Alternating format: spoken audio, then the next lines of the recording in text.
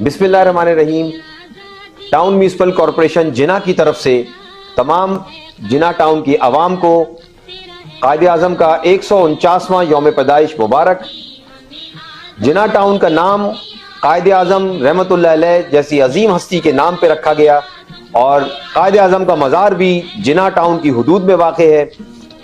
जिना town की आवाम के लिए जिना टाउन के council members, chairman, vice chairman को आज इस अजीम दिन की मुबारकबाद पेश करते हैं और इस बात का इरादा करते हैं कि हम जिना के टाउन को जिना के ख्वाब की तरह अजीम शान बनाएंगे और इसकी तामीर और तरक्की में अपना भरपूर किरदार अदा करेंगे।